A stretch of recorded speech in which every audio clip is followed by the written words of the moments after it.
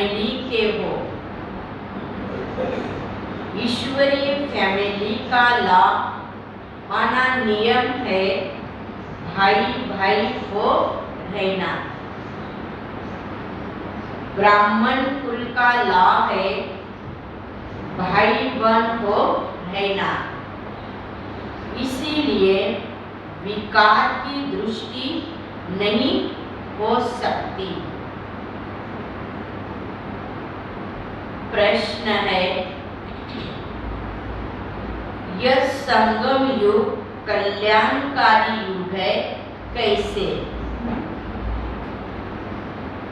बाबा का जवाब है, इसी समय बाप अपने लाडले बच्चों के सन्मुख आते हैं और बाप टीचर सदगुरु का पाठ अभी ही चलता है। यही कल्याणकारी समय है जब तुम बच्चे बाप की न्यारी मत जो नर्क को स्वर्ग बनाने की व सबको सद्गति देने की है, उस श्रीमत को जानते और उसी पर चलते हो।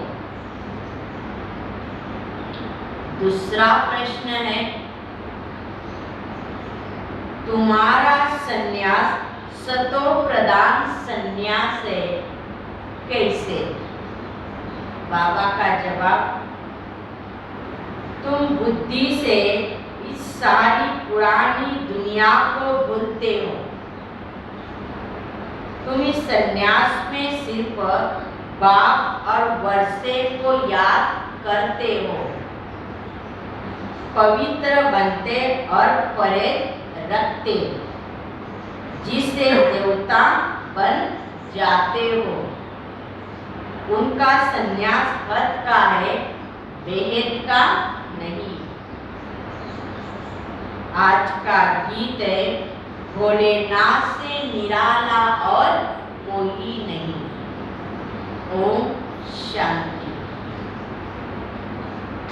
पले पले बाप बच्चों को समझाते हैं, अपने को आत्मा समझ बेहद बाप को याद करो। 5000 वर्ष पहले ही बाबा ने कहा था और आज भी बाबा कहता है, क्या? मन मना भव। देह के सब संबंध छोड़ अपने को अशरीरी आत्मा समझो। सभी अपने को आत्मा समझते हो। बाबा क्या कहते बच्चे? सभी अपने को आत्मा समझते हो। आत्मा समझकर ही तो बाबा की मुरली भी हमें सुननी है। अपने को कोई परमात्मा तो नहीं समझते हैं। गाते भी तो है ना, क्या गाते हैं? पाप आत्मा, पुण्य आत्मा, महान आत्मा, ये जरूर कहेंगे, लेकिन महान परमात्मा तो नहीं कहा जाता है ना। आत्मा पवित्र बनती है तो शरीर भी पवित्र मिलता है। अभी आत्मा ही क्या है, अपवित्र है, तो शरीर भी अपवित्र है। इसलिए तो बाबा करम बच्चों को कहते, मुझे याद करो और पवित्र बनो। खाद भी तो आत्मा में ही पड़ती है ना। बाप बच्चों को बैठ युक्ति से बैठ समझाते हैं। ये जरूर है कि आत्मा रूप में हम सब क्या है? भाई भाई है।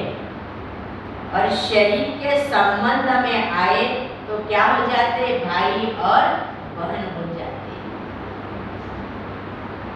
अब कई युगल भी बैठे हैं, आज बाबा युगलों को स्मृति दिला रहे हैं। उन्हों को कहे कि अपने को भाई बहन समझो तो बिगड़ पड़ेगी, लेकिन अब ब्राह्मण बने तो बाबा में यही श्रीमत देते हैं ना कि अपने को पहले तो भाई भाई समझो, फिर भाई बहन। परंतु ये भी तो लाभ समझाया जाता है कि हम सब आत्माओं का एक बाप है, तो हम सब आपस में भाई भाई हो गए हैं। फिर मनुष्य तन में आते हैं तो प्रजापिता ब्रह्मा द्वारा रचना रचते हैं, तो जरूर उनकी मुख वंशावली आपस में भाई बहन ठहरे। सब कहते भी है ना कि परम पिता परम आत्मा बाप है ही स्वर्ग का रचिता। हम उनके बच्चे हैं तो क्यों न हम स्वर्ग के मालिक बनेंगे। परंतु स्वर्ग है तो है, स्वर्ग तो है ही सतयुग में। ऐसे नहीं कि बाप कोई नई सृष्टि आकर रचते हैं। बाप तो आकर पुरानी को नहीं बनाते हैं ना। सृष्टि तो एक ही, ऐसे नहीं कि नई अलग है पुरानी अलग है। बाबा ने कहा वही सृष्टि, उसका परिवर्तन करता है, अर्थात इस विश्व को बदलते हैं ना। तो जरूर बाप यहाँ आए हैं। भारत को स्वर्ग का वर्षा दिया है। उसका यादगार सोमनाथ का मंदिर सबसे बड़ा बनाया है। बराबर भारत में एक देवी देवता धर्म था और कोई धर्म नहीं था। जब भारत क्या था? स्वर्ग था। और सभी बाद में वृद्धि हुई है ना। तो जरूर सभी आत्माएं निर्वाण धाम बाप के पास रहेगी। भारतवासी जीवन मुक्त थे, सूर्यवंशी घराने में थे। अब जीवन बंद है ना। जनक का भी मिसाल है कि उनको एक सेकंड में क्या मिली? जीवन मुक्ति मिली। जीवन मुक्त सारे स्वर्ग को कहेंगे तो जरूर मुक्त। फिर उसमें बाकी जिन्होंने जितनी मेहनत की उतना ऊंचा पद पाया। जीवन मुक्त तो सबको करेंगे ना। तो जरूर मुक्ति जीवन मुक्ति दाता एक सद्गुरु होना चाहिए। परंतु ये भी तो किसी को पता नहीं है कि परमात्मा आकर सभी की गति सद्गति करते हैं, इसलिए उन्हें सद्गति दाता कहा जाता है। अभी तो सभी माया के बंधन में है ना। कहा जाता है ईश्वर की गतमत न्यारी उनकी है श्रीमत।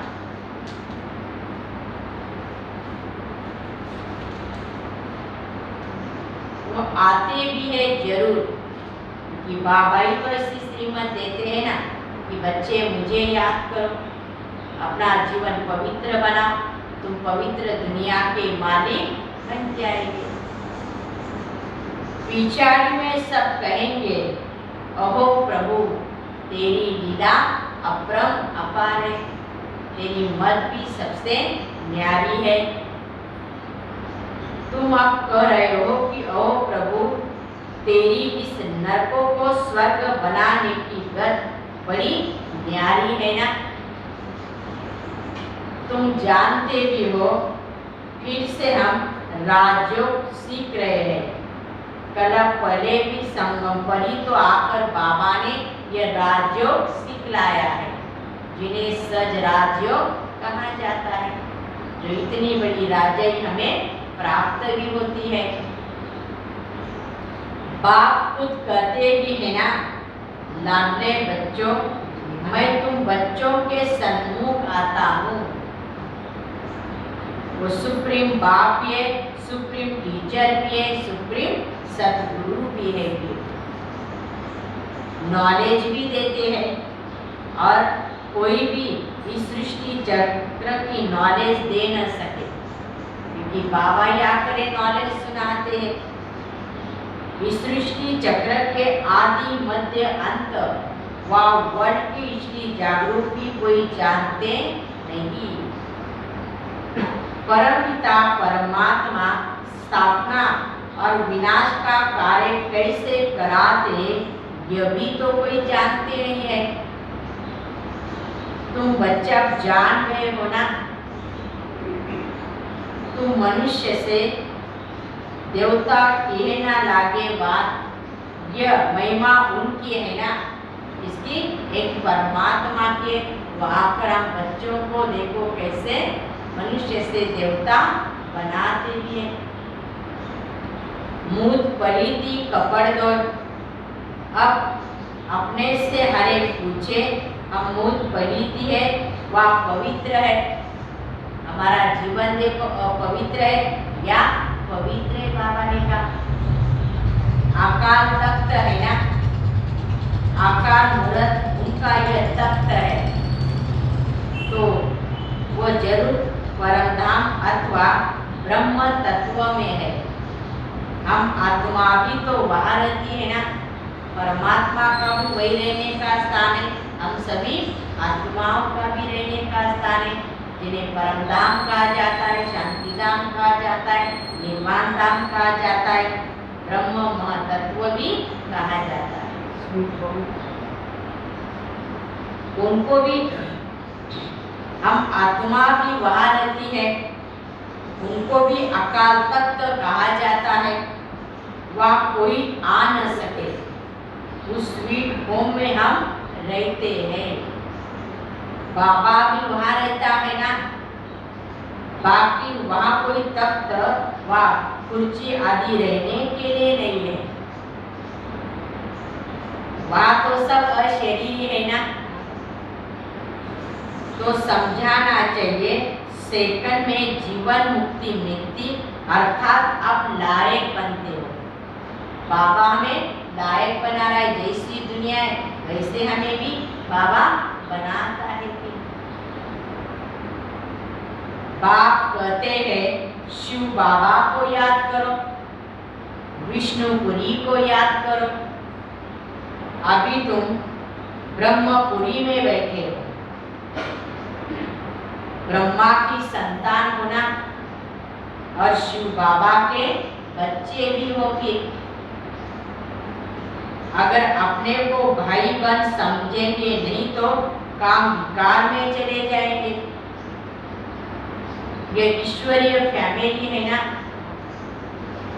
भर तुम बैठे हो, दादा भी है, बाबा भी है और तुम उनके बच्चे हो, तो तुम हुए शिव बाबा की ब्रह्मा द्वारा संतान, शिव बाबा के पोत्रे ठहरे।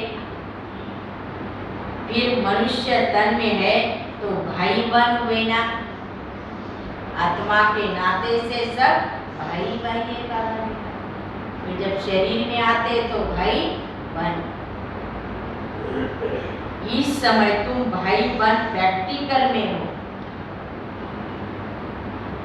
यह ब्राह्मणों का कुल है ना, यह बुद्धि से समझने की बातें भी है।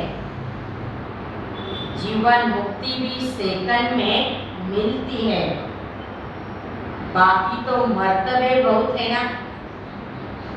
वह दुख देने वाली माया होती नहीं है। ऐसे भी नहीं कि सतयुग से लेकर कलयुग तक रावण को जलाते रहेंगे, नहीं। उनका जब समय होगा बाबा ने कहा तभी उनको जलाते हैं। जो कहते परंपरा से जलाते आए हैं यह असंभव है, स्वर्ग में असंभव है। स्वर्ग में असुर कहाँ से आए? बाप ने कहा है यह आसुरी संप्रदाय है ना, फिर उनका नाम रख दिया है अकासुर बकासुर। कहते कृष्ण ने गाय क्या किया? चुराई।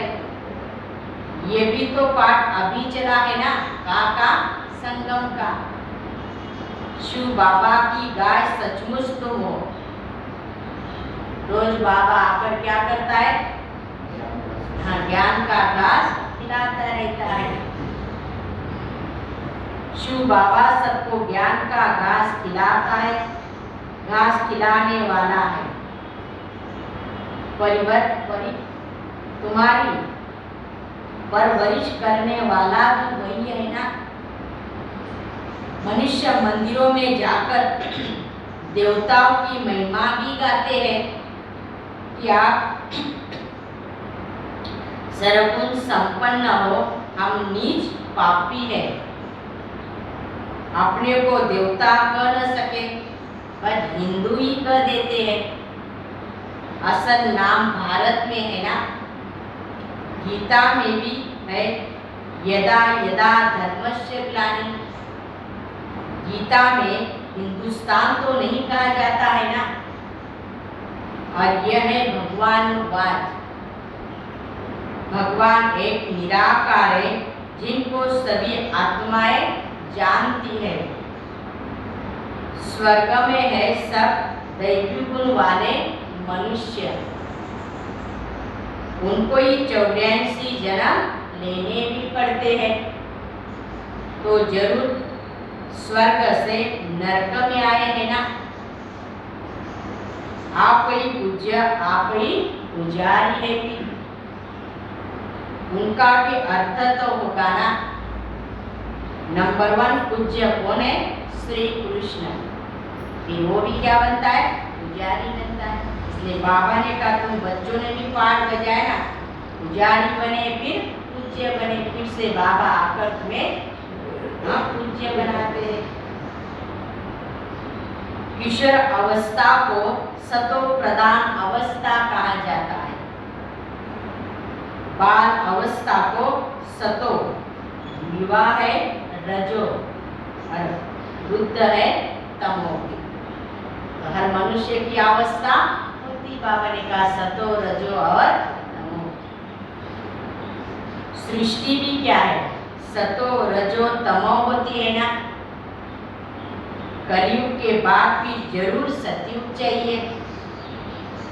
बात आती है संगम पर। यह है मोस्ट कल्याणकारी युग।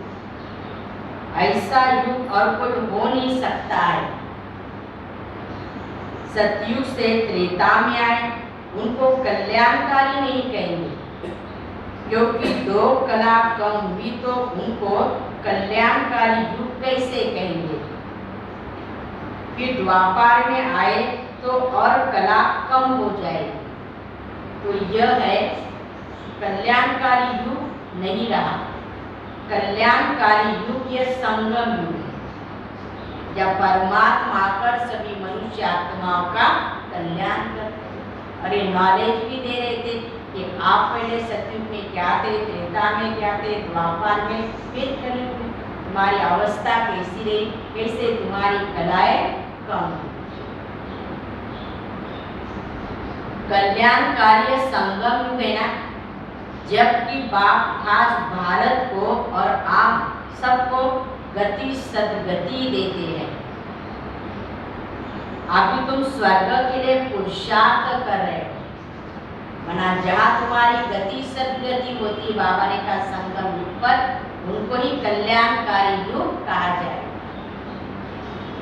बाप कहते हैं कि ये देवी देवता धर्म ही सुख देने वाला है।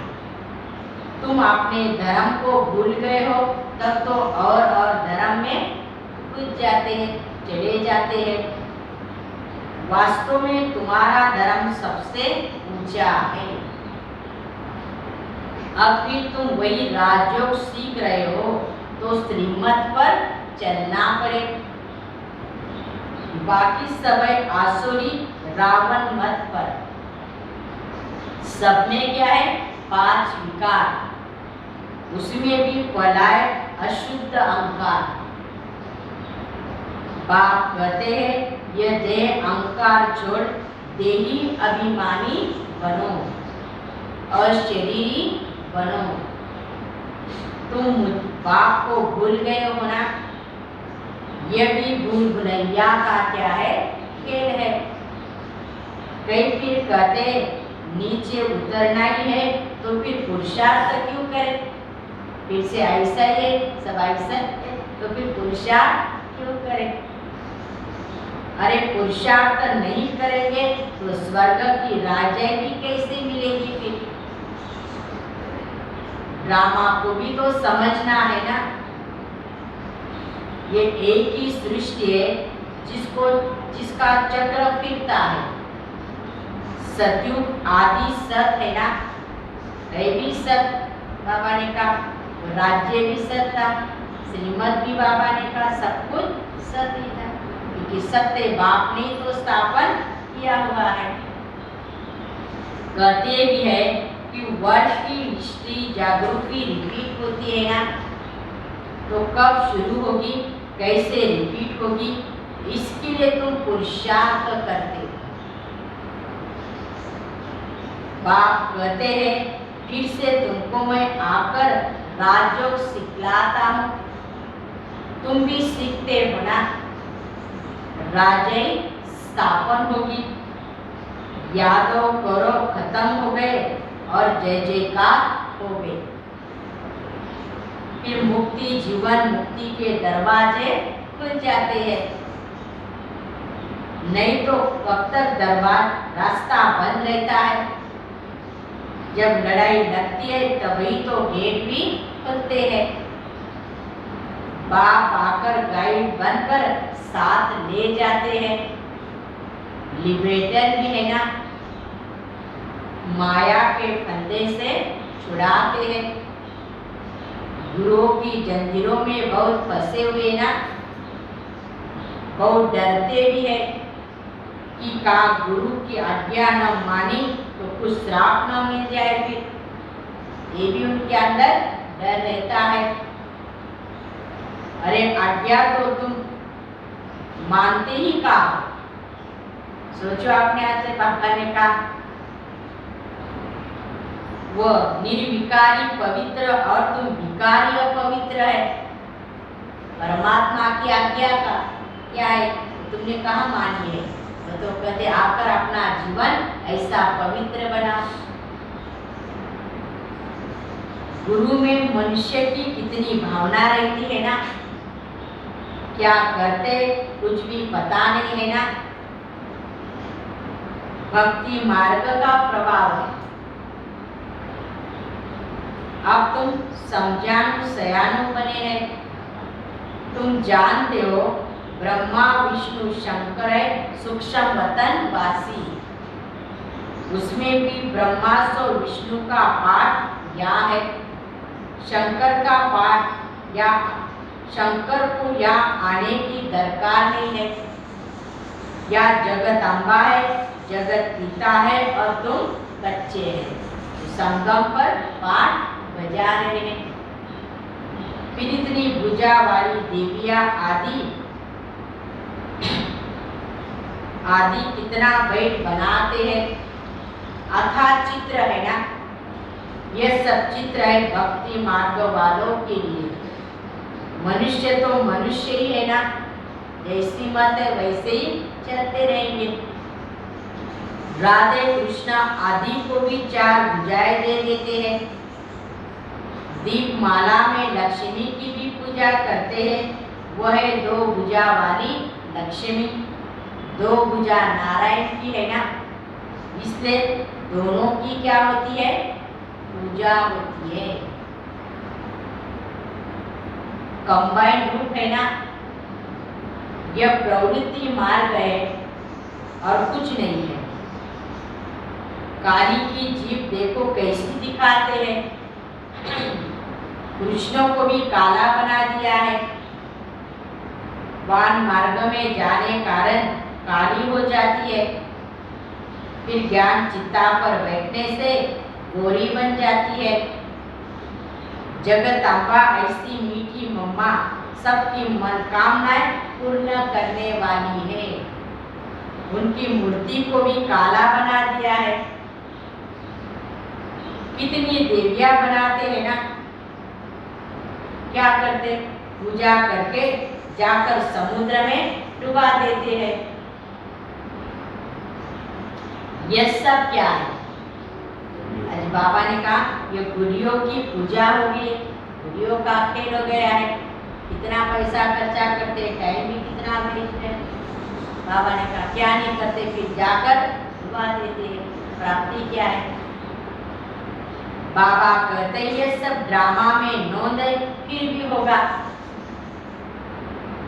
भक्ति मार्ग का बड़ा विस्तार है ना, कितने मंदिर, कितने चित्र, शास्त्र आदि भी बनाते हैं।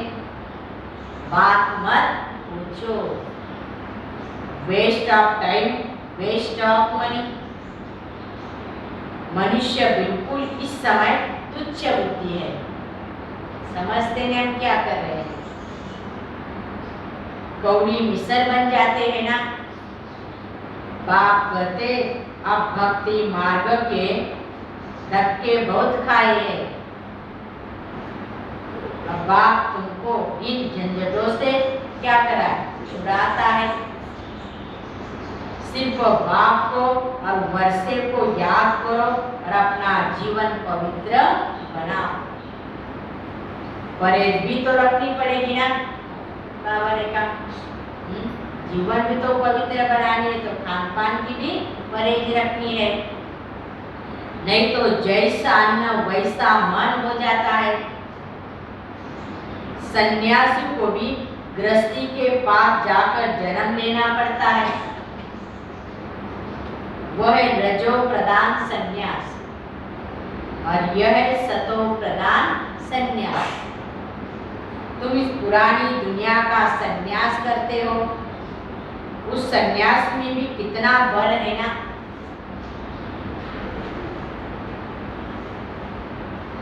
बाबा ने कहा सन्यासी भी सन्यास करते तो उसमें भी कितना बल है। देखो प्रेसिडेंट भी गुरुओं के आगे जाकर माथा टेकता है। भारत पवित्र था ना, उनकी महिमा ही गाई जाती है। भारतवासी सर्वगुण संपन्न थे, अभी तो संपूर्ण विकारी है। देवताओं के मंदिर में जाते तो जरूर उस धर्म के होंगे, गुरु नानक के मंदिर में जाते तो जरूर सिख धर्म के होंगे ना। परंतु यह सब अपने को देवता धर्म के कहला नहीं सकते, क्योंकि वो पवित्र नहीं है। अब बाप कहते हैं मैं फिर से शिवालय बनाने आया हूँ। स्वर्ग में सिर्फ देवी देवता ही तो रहते हैं, फिर ये ज्ञान प्रायलोक हो जाता है। गीता रामायण आदि सब खत्म होने हैं, ड्रामानुसार फिर अपने समय पर निकलेंगे। कितनी समझने की भी बातें हैं ना। ये पाठशाला ही मनुष्य से देवता बनने की, परंतु मनुष्य मनुष्य की सद्गति कदापि नहीं कर सकते हैं। अल्पकाल का सुख तो सभी एक दो को देते ही रहते हैं ना। यह है अल्पकाल का सुख, बाकी तो है दुख ही दुख। सतयुग में दुख का नाम निशान नहीं है, नाम ही है स्वर्ग सुखधाम। स्वर्ग का नाम कितना वाला है ना। बाप कहते हैं पर गृहस्थी व्यवहार में रहो, परंतु इस अंतिम जन्म में बाप से प्रतिज्ञा करनी है। कौन सी प्रतिज्ञा करनी है? कि बाबा हम आपका बच्चा हूँ, यह अंतिम जन्म जरूर पवित्र बन पवित्र दुनिया का वर्षा दूंगा। ये हमें बाप से प्रतिज्ञा करनी है। बाप को याद करना बहुत सहज है ना। बाबा ने कहा कोई कठिन नहीं है बच्चे, सहज याद करो और जो बाबा से प्रतिज्ञा है वो पूरी तरह से निभाओ। बाबा ने कहा तभी तो हमें ये पवित्र दुनिया का वर्षा भी मिलेगा। अच्छा, मीठे मीठे सिक्की लगे बच्चों प्रति माता पिता बाप दादा का याद प्यार और गुड मॉर्निंग। रूहानी बाप की रूहानी बच्चों को नमस्ते। हम रूहानी बच्चों की रूहानी बाप दादा को याद प्यार और नमस्ते नमस्ते नमस्ते। ओम शांति ओम शांति ओम शांति। शुक्रिया बाबा, थैंक्स बाबा।